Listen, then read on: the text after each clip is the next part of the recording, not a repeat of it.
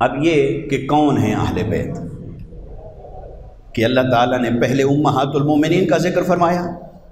اور اس آیت کے بعد بھی امہات المومنین کا ذکر ہے، لیکن اس آیت کے اندر اسلوب بدل گیا، اسلوب بدل گیا، صیغہ بدل گیا۔ اس صیغے نے ایک میسج دیا ہے، میسج سے جو نقطہ نکالا ہے وہ یہ کہ آقا علیہ الصلوۃ والسلام کی جو ازواج مطہرات ہیں وہ بھی اہل بیت ہیں، کوئی اس میں شک کی بات نہیں،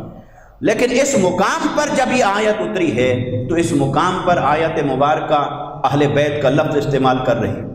تو صحابہ کرام نے کئی مواقع ہیں، کئی روایات ہیں، آقا علیہ السلام سے پوچھا یا رسول اللہ صلی اللہ علیہ وسلم یہ اہل بیت کون ہیں، یہ اس اہل بیت میں کون کون شامل ہے؟ حضرت ام سلمہ رضی اللہ تعالی عنہا سے روایت ہے اور دیگر کئی صحابہ کرام سے، صحابیات سے یہ روایات ہیں۔ ان تمام کا خلاصہ عرض کر رہا کہ جب یہ آیت مبارکہ اتری، حضرت ام سلمہ رضی اللہ تعالی عنہا نے پوچھا کہ یا رسول اللہ صلی اللہ علیہ وسلم یہ قرآن جسے اہل بیت کہہ رہا ہے، جن کو ہر قسم کی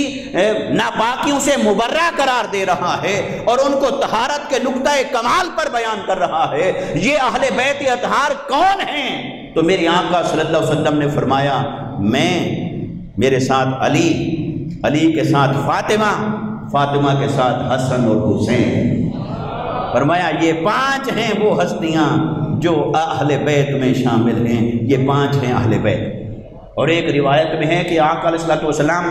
یمنی چادر مبارک تھی، بڑی خوبصورت، آپ کو ہدیہ کے طور پر آئی تھی، آقا علیہ الصلوۃ والسلام نے وہ چادر مبارک اوڑھ رکھی تھی، اتنے میں حضرت مولا کائنات حاضر ہوتے ہیں، پھر سیدہ کائنات تشریف لاتی ہیں، پھر حسنین کریمین حاضر ہوتے ہیں۔ تو جب آتے ہیں آقا علیہ السلام کی بارگاہ کے اندر، میرے آقا نے وہ جو چادر مبارک اوڑھ رکھی تھی اس چادر کے اندر ہی پانچوں کو لے لیا، چاروں کو لے لیا خود اور چاروں کو لے لیا اپنی چادر مبارک میں، اور چادر مبارک میں رکھ کر کہا، فرمایا یہ جو چادر کے نیچے ہیں یہ ہیں جو میرے اہل بیت ہیں۔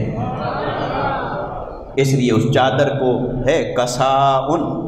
تو اس لیے کبھی آپ کو لفظ سننے کو پڑھنے کو ملتا ہوگا اہل کسا، تو اہل کسا کا معنی یہی ہے کہ جن کو آقا علیہ السلام نے اپنی اس چادر کے اندر لپیٹ لیا تھا اور فرمایا کہ یہ ہیں جو میرے اہل بیت ہیں۔